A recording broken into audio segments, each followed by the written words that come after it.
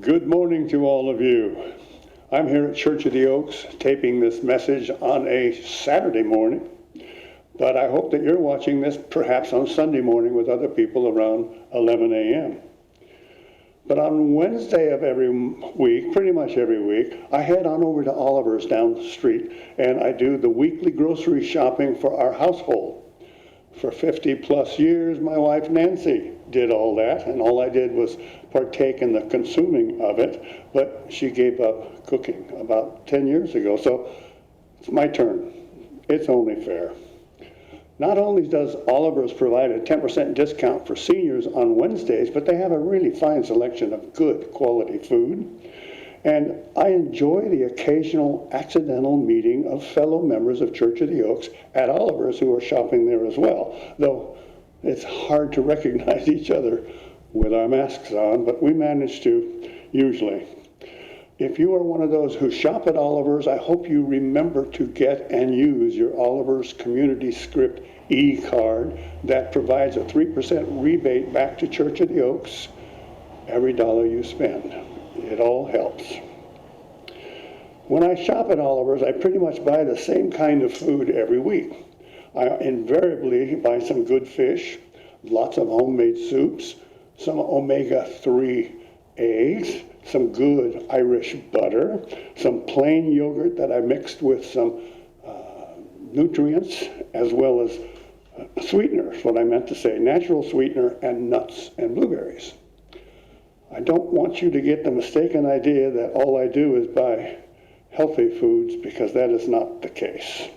The truth is, I often find myself heading down to those parts of the store where I know I'm going to buy something that's not as healthy for me as it should be, like bacon, frying potatoes, steak, pre-prepared hamburgers, I had one last night, deli sandwiches, frozen vegetables, frozen pizza, and the coup de grace.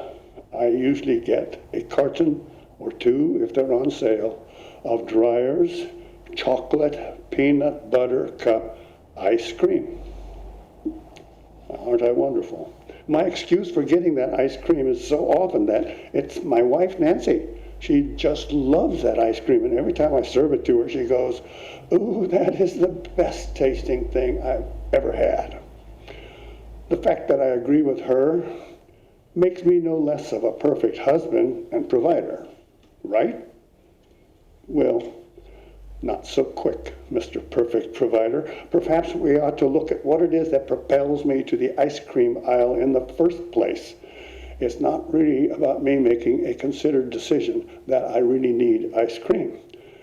But through the process of preparing for this talk, I think I may have figured out why it is that I do that somewhat regularly, and I would title it Sugar and Spice and Everything Nice. Sugar and spice and everything nice. Back to that in a moment or two. Some of you may remember that our minister, Patrick Michael McCarty, recently has suggested that we watch some YouTube videos online of a Dr. Robert Lustig, who is an endocrinologist. Try saying that early in the morning. He's an endocrinologist on the staff of UCSF. And I actually followed his advice. I went online, found a few videos by him, and I chose to watch the 32-minute version of one called The Hacking of the American Mind. It's about 32 minutes long, and I finally went out and actually bought a copy of the book, and there's a subtitle that he's warned us about before, Mr. McCarty, and the subtitle is The Science Behind the Corporate Takeover of Our Bodies and Our Brains, thus the hacking of the American mind. I think all of us are probably aware of how successful corporate and other business advertising on TV has been over the recent decades, but perhaps we did not realize how a lot of their marketing and advertising is based on scientific fact. They've used science to help program our buying behavior, and we are falling for it. And sugar is a prime example of one of those efforts that have succeeded beyond all their imagination we are now addicted to sugar. Do you remember a while back when there was a huge low-fat, low-fat diet fad that we all bought into, and it was highly successful. We were bombarded with ads, and boy, did we go out and buy those no-fat and low-fat foods. And guess who it was who was really promoting the low-fat and no-fat diet? The sugar industry. They figured if we avoided low-fat and or if we went for no-fat and low-fat, we would consume more sugar. And they were right. So it's no wonder that the no-fat, low-fat emphasis did nothing to help reduce our tendency toward obesity in this country and in others, because sugar is one of the most dangerous products when it comes to weight loss and gain. Turns out the more sugar we consume, the more we want. The more we want, the more we consume, and the more we want, ad infinitum. Dr. Lustig explains that certain products that we consume cause our brains to create a chemical substance called dopamine, which not only makes us feel really good at the moment, a hedonistic pleasure, if you will, but it affects the neurons in our brain in such a way that we actually want more and more and more. And it takes more of what we want to give us that same feeling. This scientific fact helps to explain how drug use can lead to drug addiction, and it becomes malevolent and self-perpetuating. So this suggests that my buying the ice cream has less to do with my being a nice husband and more to do with how I am indulging in my own guilty pleasures that have been programmed into me, or to use Dr. Lustig's language, how my brain has been hacked by outside forces. But haven't all we Americans been brought up with the phrase from our Declaration of Independence regarding life, liberty, and the pursuit of happiness? What could be more happiness-making than eating ice cream? Well, the doctor spends many paragraphs in that book explaining the difference between pleasure and happiness. He goes on for many paragraphs discussing the difference, but in a nutshell, pleasure is created by the chemical neurotransmitter in the brain called dopamine. It is short-lived. It is visceral. We feel it. It gives you a rush. It is enjoyed when you're all alone and involves taking and can lead to addiction and substance abuse. Also, in a nutshell, happiness is created by a different chemical transmitter in the brain called serotonin, which is longer lasting, ethereal, involves giving, includes no substance abuse, involves social interaction, and helps to create contentment. I think I prefer contentment to pleasure these days now. Much of the product advertising these days is devoted to hacking into your dopamine system, helping us to make those initial decisions to buy their product. Think of things like tobacco and alcohol. Think of fast food, social media technology, the thumb machine, I call it, or Facebook. And then they rely on us to get hooked, and we do get hooked, and we want more and more, and bigger and better, and more cost. Advertisers can use either marketing tools or propaganda to move their products. Now, marketing by itself can be a truthful method whereby something that we might want and need is provided, information to us is provided, and we go out and buy it. It's something that we have identified for ourselves that would be good to have. Think of a family car. Your growing family needs a larger car, you buy a larger car. Propaganda is misinformation that can convince us to buy a product that we really don't need and may actually be harmful to us, has undesirable side effects. Think of e-cigarettes, a sugary prepackaged food, And sometimes it seems as if marketing and propaganda get an extra boost from packaging. I myself fall prey to effective packaging. Here's an example. One of the small ways that I've tried to reduce my dependence on the seeking of pleasure is to limit it. Most of the time, I avoid buying that ice cream. Not always. Because the ice cream has 18 grams of sugar per serving. Well, so 2 or 3 scoops of ice cream is what I generally have. Well, on the back of the ice cream box, it shows you that a serving size is 2/3 of a cup, about that much of this tiny cup.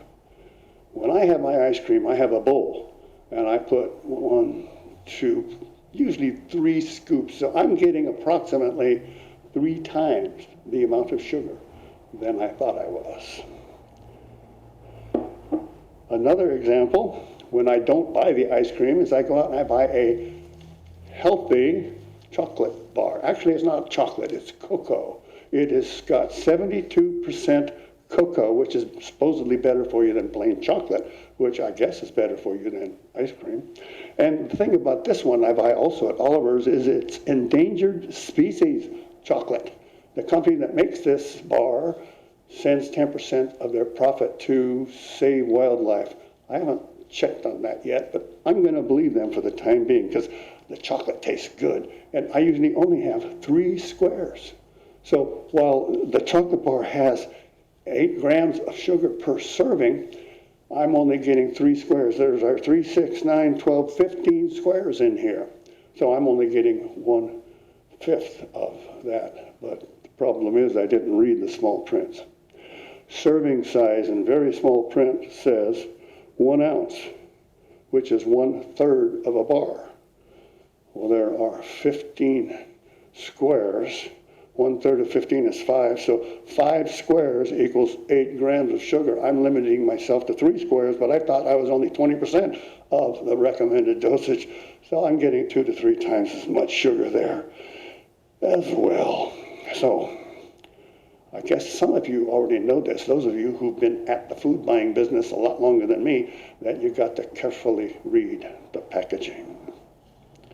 So how can we control our pleasure impulses, which eventually do lead to unhappiness, and how can we increase our possibility of securing happiness and contentment? There are many ways, but Dr. Lustig recommends the 4 C's. And fortunately, many of us here at Church of the Oaks are already involved in all of those 4 C's, well, at least 3 of them. They are connect. We need to establish and maintain our connection with other people. We used to be a lot better at that when we could meet together at church and occasionally in the hall, but we're going to get back to it, and we're still maintaining our connection as best we can through the internet and telephone and what have you. Lustig believes that it is not faith that many find in religion that leads to their happiness and contentment. Rather, it is the interpersonal connection of the people who go to church together. That makes a spiritual practice so satisfying for so many over a long period of time. Connection. We connect. We find happiness and contentment. The other, second C, is contribute. This C recognizes that the more we look outside of ourselves to either go to work or to church or to do whatever, and the more we use what we here at Church of the Oaks call the 4 T's, our time, talent, treasure, and thought, in the service to other people, the more contentment and happiness we spread and feel. So, we have connection, contribute. The 3rd C is cope. This C provides a clue on how to cope with the stresses of our lives here in America and overall the world. He recommends we do whatever it takes to get a good night's sleep, including meditation, mindfulness, and lots of exercise. Now, some of us are already involved in those endeavors, and I hope we continue them. It'll be easier, again, once the pandemic is behind us. All three of these are vital components of enabling you and me to cope with outside and internal pressures. So we've got connection, contribute, cope. The final C is cook. At first, the C seems somewhat incongruous, but when you think about it, it makes a certain amount of sense. If we are cooking healthy foods, not prepackaged, at home, in the company of our family and or friends, once we're able to get together with friends again, we are actually encountering all the other three C's at the same time. We're connecting, we're contributing, and we are coping. So we're much more in control if we're eating at home of limiting the harmful additives in food that is served to us by others, either prepackaged or in restaurants, and especially in fast food places. In preparation for this talk, I watched that one video, and I've really only just begun to read this book, and it shows promise of keeping my attention quite well. And I've only scratched the surface of what the author has to tell us. But so far, I believe that he has much truth to offer us. And I hope that what I have shared with you today gives you pause to, as our minister, Patrick McCarty, suggests, ponder the message. Namaste.